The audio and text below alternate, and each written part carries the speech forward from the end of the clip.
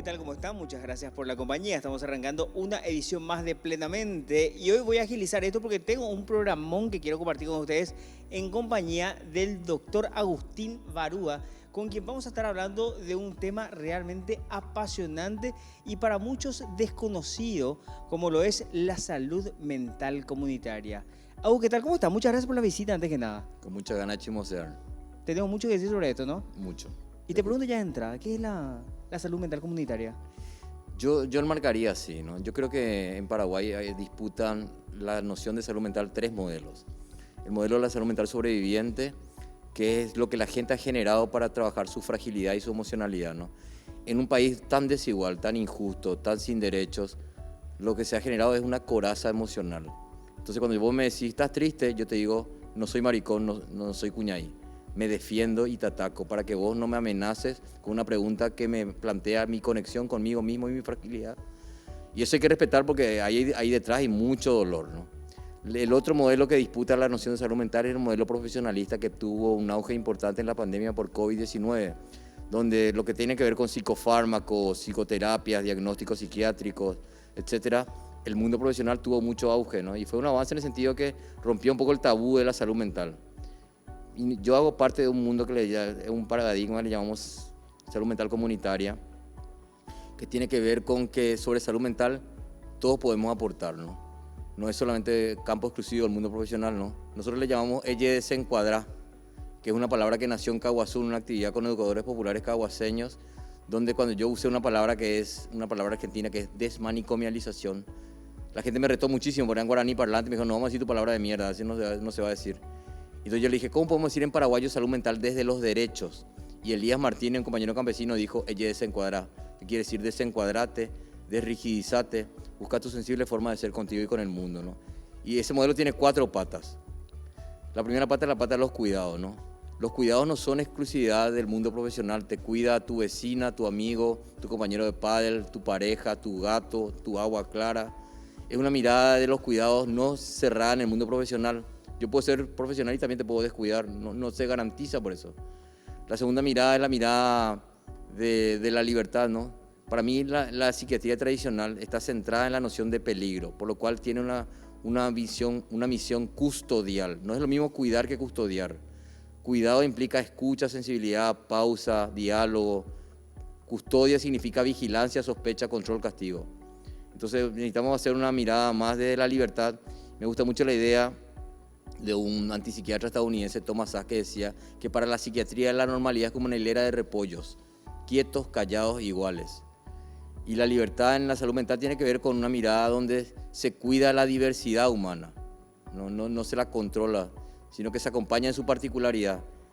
La tercera pata tiene que ver con la idea de lo comunitario, y lo comunitario no es lo vecinal. Lo comunitario tiene que ver con un tipo de lazo, un modo de vincular donde vos me importás y yo te importo. Entonces, la construcción de lo comunitario es importante en ese sentido porque resitúa algo que me parece que está cada vez más carente en la sociedad azucena, que es la vida comunitaria, ¿no? Es reemplazada por la vigilancia, lo que te decía recién, la cámara, los perros, las murallas, las rejas, los guardias de seguridad. Es una lógica de desconfianza social donde vos sos una amenaza a priori, ¿no? No sos un prójimo, no sos un semejante, sos un peligro para mi potencial. Y la cuarta pata, dijimos cuidado, comunidad, libertad. La cuarta pata es la diversidad psíquica, ¿no? Que tiene que ver con acompañar las particularidades de la gente, no hacer de la salud mental un ejercicio de uniformización, donde todo el mundo tiene que ser de la misma manera, ¿no? Y desde ahí estamos pensando este tema. 4 patas fundamentales. Sí. ¿Cómo bajas esto a la comunidad? ¿Cómo les haces llegar esto? Al contrario, yo aprendí esto en los territorios de la gente, ¿no? Yo trabajé mucho tiempo, por ejemplo, en zona sur Fernando de la Mora, en unas villas, trabajé mucho tiempo en todos los bañados de Asunción. Entonces, esta es una construcción conceptual a posteriori de la experiencia concreta, ¿no? Yo me acuerdo que, por ejemplo, nosotros íbamos a hacer un relevamiento en el barrio Virgen de Luján, del Bañado Sur, sobre a quién los vecinos y vecinas le contaban sus problemas, que eran del barrio y no eran profesionales. Y después íbamos a investigar por qué le confidenciaban, ¿no? Cuál era su forma de escucha, de pregunta, de contención. Y después íbamos a hacer una jornada de intercambio de saberes populares, bañadenses, con saberes de la universidad, ¿no? Porque yo creo que quienes venimos a la universidad tenemos que dialogar con los otros saberes, no imponer, no dominar, ¿no? Sino una construcción más horizontal de complementariedad de saberes, ¿no? Entonces, yo me acuerdo una vez trabajando en una villa en Fernando de la Mora, zona sur, Villa Cerrito, hicimos con una promotora vecinal de salud una entrevista a 3 jóvenes y ellos supuestamente tenían por problemas con drogas. Y yo le pregunté en esa entrevista, ¿cuándo se sienten Dios? O sea, ¿cuándo se sienten poderosos, bellos, sabios? Y ellos dijeron, cogiendo, chupando y jugando fútbol. Para mí eso fue tan revelador porque yo cuando salí le dije, ¿por qué nunca le preguntamos a la gente su sabiduría? Siempre le preguntamos por sus déficits, ¿no? Entonces es una visión de la salud mental donde se reconoce que cada persona tiene algo de sabiduría, ¿no? ¿A quién le cuenta la gente su problema regularmente? Yo creo que tiene que ver primero con un permiso, ¿no? Yo te decía fuera de cámara que para mí la primera pregunta de salud mental, si me dejaran hacer una pregunta solamente a todo Paraguay, le diría, ¿cuántas personas saben tu mundo emocional interno hoy? ¿Con quiénes haces confidencia? La mayoría de las personas, sobre todo varones, no tienen nadie, están encerrados, aislados, clausurados, desconfiados, y eso genera muchísimos problemas de salud mental, ¿no? Que vos decís, violencia, accidentalidad, somatizaciones, suicidio, uso complicado de drogas. El primer paso para eso tiene que ver con que yo no le cuento a nadie lo que me pasa. Es un enorme problema de salud mental. Entonces vos me decís, ¿a quién se le cuenta? Yo cambio la pregunta a decir, ¿tenemos permiso para contar? Que me parece que es un paso previo y que está muy trancado, ¿no?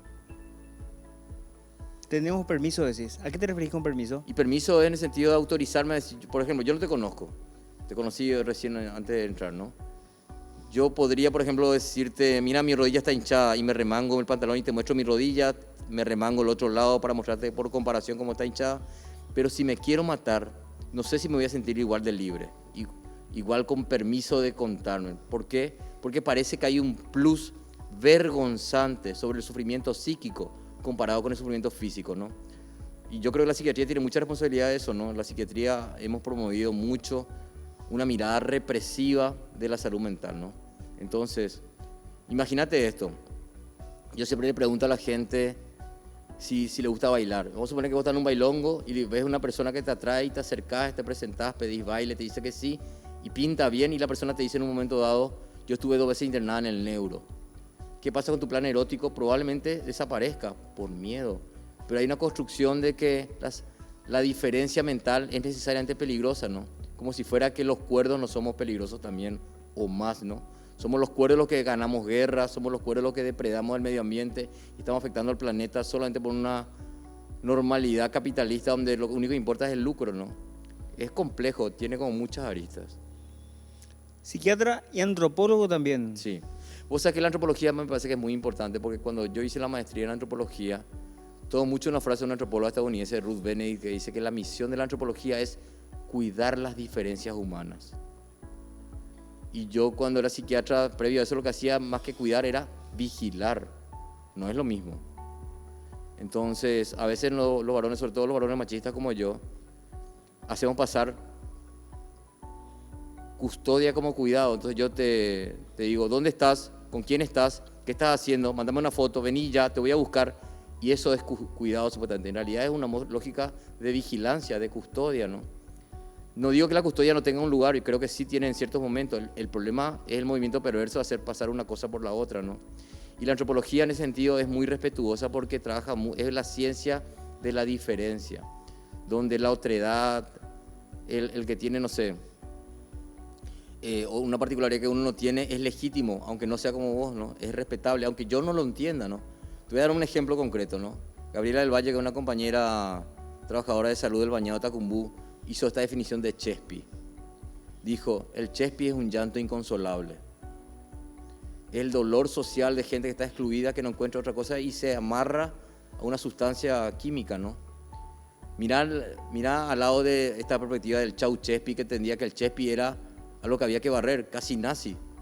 Entonces hemos perdido mucho la sensibilidad, la empatía, el cuidado de la diferencia, ¿no? Yo incluso me hago cargo también, cuando yo era estudiante de medicina en la UNA, en los 90, había un insulto en el mundo estudiantil que era este. Yo te lo voy a decir a vos. Qué sensible que sos, así medio con asco, medio con el labio hacia arriba. Y qué sensible que sos quería decir, no servís para médico. Yo tardé muchos años en darme cuenta lo grave que es que la sensibilidad sea antimédica en ese mundo, por lo menos. ¿Llegaste a usar eso? No me acuerdo, capaz que sí. Es muy difícil porque uno actúa mucho por imitación y por camuflaje de la manada, ¿no? Pero bueno, a mí me sirvió mucho otras experiencias, no sé, la militancia estudiantil universitaria, acompañar huelgas obreras, movimientos campesinos, o sea, eso me abrió mucho la cabeza. Por eso te decía lo de la antropología, que creo que en el mundo médico tiene muy poco espacio, ¿no? Porque uno de nuestros problemas médicos es que tendemos a tener, por suerte hay hermosas excepciones, pero tendemos a tener un lugar de pretendida superioridad donde solo el saber médico profesional es el que vale, ¿no? Y yo creo que el saber profesional vale, pero no es el único. Y a veces no es el primero ni el pertinente, ¿no? Y eso ya nos cuesta, ¿no? Yo me acuerdo, por ejemplo, que he preguntado, hablando de la formación médica que tuve de grado, a la gente, si cuántas clases, por ejemplo, de medicina grupal tuvimos. Ninguna. Lo grupal no tenía lugar, todo era individual. Y más este mensaje, vos sos el líder. O sea, es un mensaje de poder individualista, ¿no? Entonces, no sabes trabajar en equipo, no sabes escuchar a la gente, no sabes dialogar con la gente, muchas veces por ese problema de una medicina construida con esa base tan autoritaria. Te doy otro ejemplo. Por ejemplo, si me preguntás, ¿cuántas clases sobre placer tuvimos en el mundo médico? Ninguna. ¿Y por qué el placer no es un tema médico? Y porque en general el mundo médico tiende a ser un lugar del control y la vigilancia, ¿no? Yo te sé decir no a una cantidad de cosas, te puedo prohibir muchísimas cosas, pero la libertad me cuesta de mi mirada médica, ¿no? Fallamos en lo social, Agus. No sé quién es el sujeto de tu pregunta, quiénes son los que fallarían, pero yo creo que por lo menos las políticas públicas en los sociales son atroces. ¿Sí? Sí, yo creo que en ese sentido. ¿Por qué? Porque alguna vez alguien hacía un relevamiento de cuántos artículos de la Constitución Nacional no funcionaban como garantismo de derechos, y eran más de 70. No hay república. Si no hay Estado de Derecho, no hay república. Entonces, si la gente no tiene garantizado su derecho, terminamos siendo un Estado que se centra en lo represivo, en lo precario y en la ausencia. Y a la vez, sobre todo, ser un lugar donde se garanticen los privilegios para algunos sectores minoritarios que usan el Estado como un lugar para acumular riqueza, ¿no? Yo uso esta idea, Mati, que es: no hay salud mental sin salud y no hay salud sin derechos. Entonces todo tiene que ver, ¿no? Imagínate esto. A mí me suele servir esta visión esquemática, que es más complejo de lo que te voy a decir, pero te la quiero decir. El componente para mí central de la salud hospitalaria es la higiene. El componente central de la salud comunitaria no es la higiene, es la participación. O sea, lo que nos define como salud mental es nuestra capacidad de decir, nos pasa esto, necesitamos cambiar esto, nos organizamos para cambiar lo que haga falta, ¿no? Y ese es un gran problema de nuestras políticas públicas y de nuestros gobiernos últimos, ¿no? Donde la participación es un problema porque amenaza. En este país deciden las élites, no deciden los colectivos de la gente, ¿no? Se decía a platazos, se decía amenaza, a represión, a clientelismo, ¿no? O sea, la participación en salud mental, como te digo, está muy lastimada. Entonces ahí para mí es importante y tenemos muchos problemas para esta discusión, porque yo me acuerdo que había un psiquiatra muy referencial en los años 80 y 90, que él, cuando vos introducías discusiones en salud mental, vinculando lo social, te decía, sos sociatra, con todo lo despectivo que significa decirte que hablas con cosas que no tienen nada que ver, ¿no? Yo te decía, por ejemplo, que en tu presentación de Plenamente, no sé si es en ese loguito que se ve ahí abajo en la pantalla, sí, es un cerebro. Y esa es pensar que la mente es solamente su sustrato biológico, y lo mental tiene que ver con la complejidad de lo humano, que puede ser cultural, económico, político, comunitario, espiritual, histórico. O sea, hay una complejidad de elementos que hacen falta para poder pensar más allá del reduccionismo de que todo es cerebro. Porque si vos me decís que es todo cerebro, yo valido que el único tratamiento legítimo es psicofármacos. Y esa es una patita, ¿no? Hay muchas patitas en la salud mental. Es muy importante tener una visión compleja. Por eso también lo comunitario dice, necesitamos conversar. Si quizás los psiquiatras fuéramos más integrales en nuestra mirada, quizás no haría falta que abramos tanto. Pero como a veces somos tan reduccionistas a solamente esta dimensión cerebralizada de la salud mental, se pierde esa complejidad. Entonces, a veces, quien empatiza más contigo no es tu psiquiatra, es tu amiga, es tu pareja, es tu mamá. O sea, hay otras sabidurías que son necesarias para poder entender el fenómeno de la mente, como decís. Ahí es donde entra lo comunitario. Ahí tiene lugar lo comunitario, pero también, como te decía, lo social, lo político-económico, lo cultural.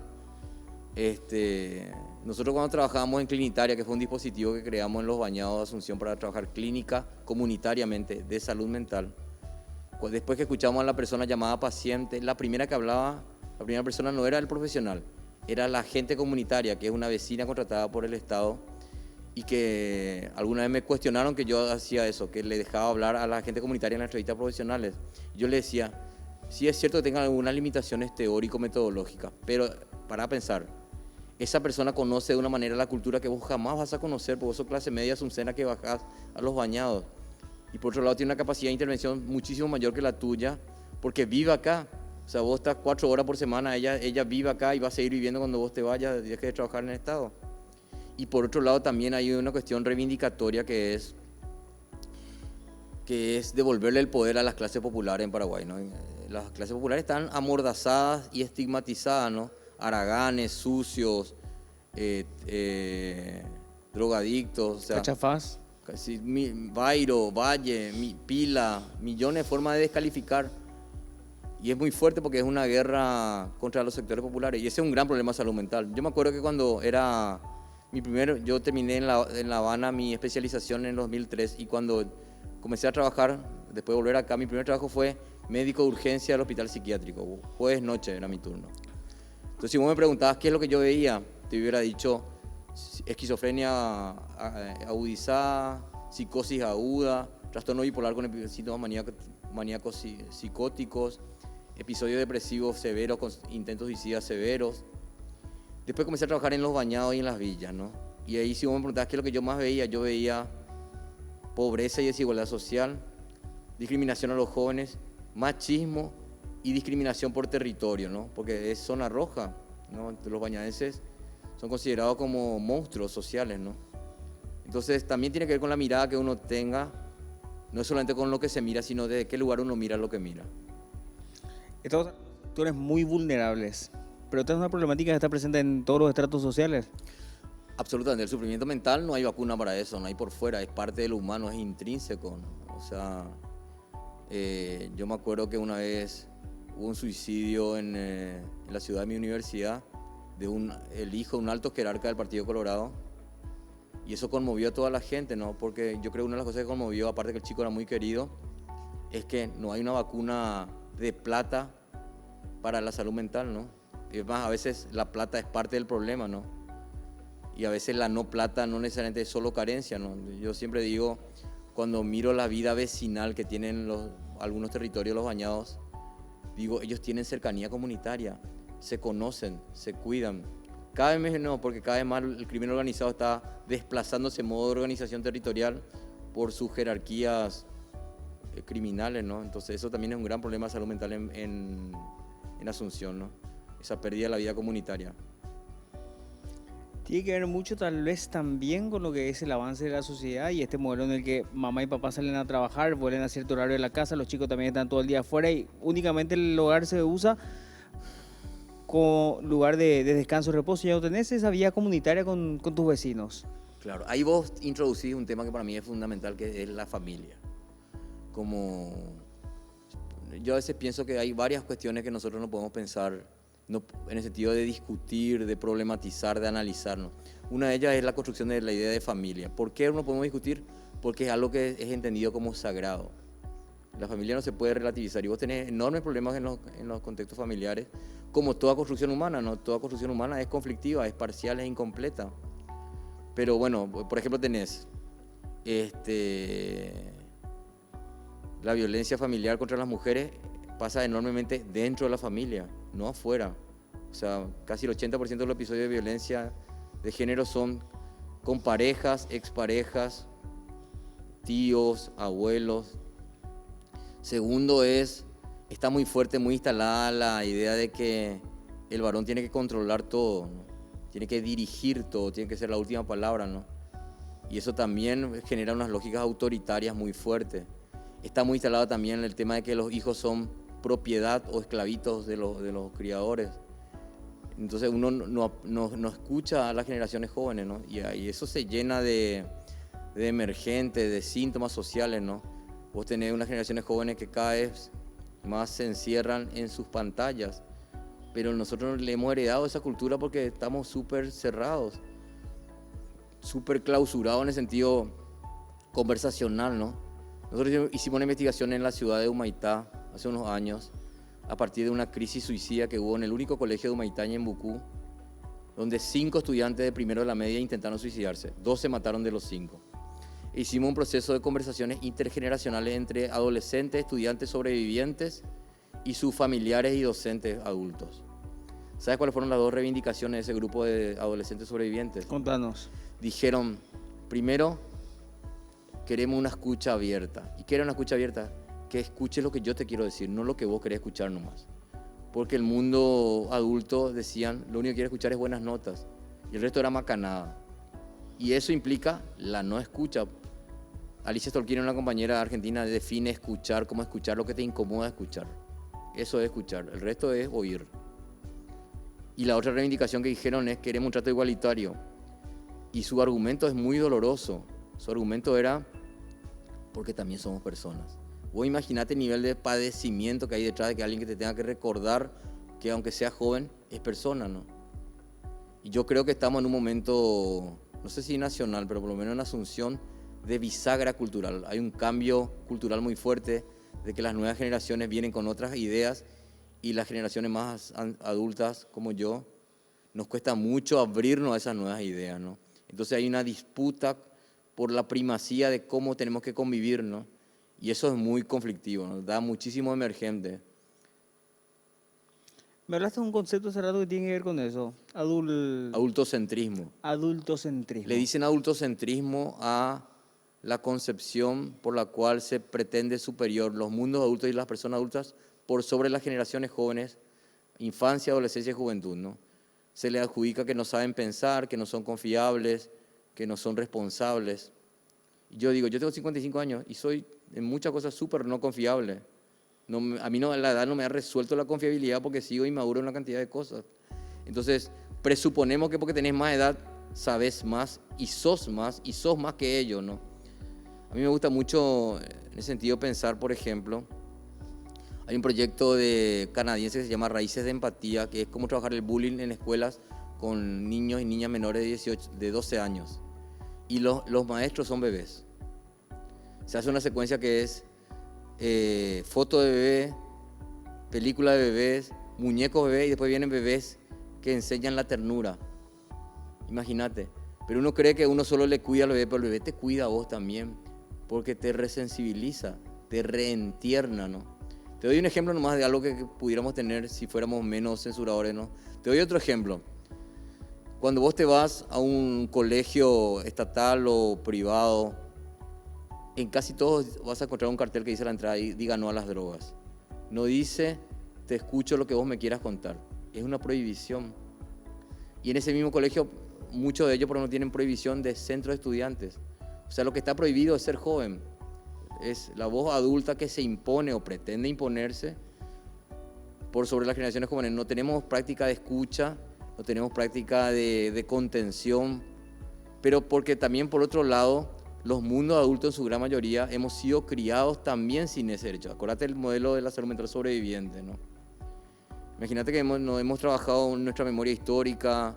O sea, vos decís en el pasado reciente, la dictadura militar no se ha trabajado como salud mental. Eso sigue improntando por qué nos callamos, por qué nos cerramos. O sea, tenemos muchas cosas trancadas que explican por qué somos autoritarios. No es que seamos autoritarios porque sí. Hay razones históricas que explican nuestra forma de entender la vida y la muerte. Desde tu punto de vista antropológico, ¿cómo cambiamos esto? Y la antropología en general ofrece algunas pistas, ¿no? Una pista es, voy a retomar algunas cosas que ya dije, una pista es no tener miedo a las diferencias. Nosotros en general tenemos mucho miedo al que no piensa como nosotros. Enseguida nos asusta y nos distanciamos, nos ponemos hostiles. Entonces tenemos que trabajar nuestro miedo a la diferencia, nuestro miedo al cambio, ¿no? Hay un concepto de psicopatología que se llama la neofobia, que es cómo te asusta lo nuevo, te asusta el movimiento. Me parece que ese es un primer elemento, ¿no? Otro elemento me parece que tiene que ver con la capacidad de escucharnos, ¿no? Y para escuchar, uno necesita dos cosas por ejemplo, para preguntar. Yo necesito curiosidad e inocencia, porque si no mi pregunta es una amenaza. ¿Verdad que tal cosa? Esa no es una pregunta. Entonces, y la curiosidad y la inocencia son valores contraculturales para la época, ¿no? Ahora la época impone una lógica de desconfianza y vigilancia, ¿no? Totalmente a contramano de eso que te estoy diciendo, ¿no?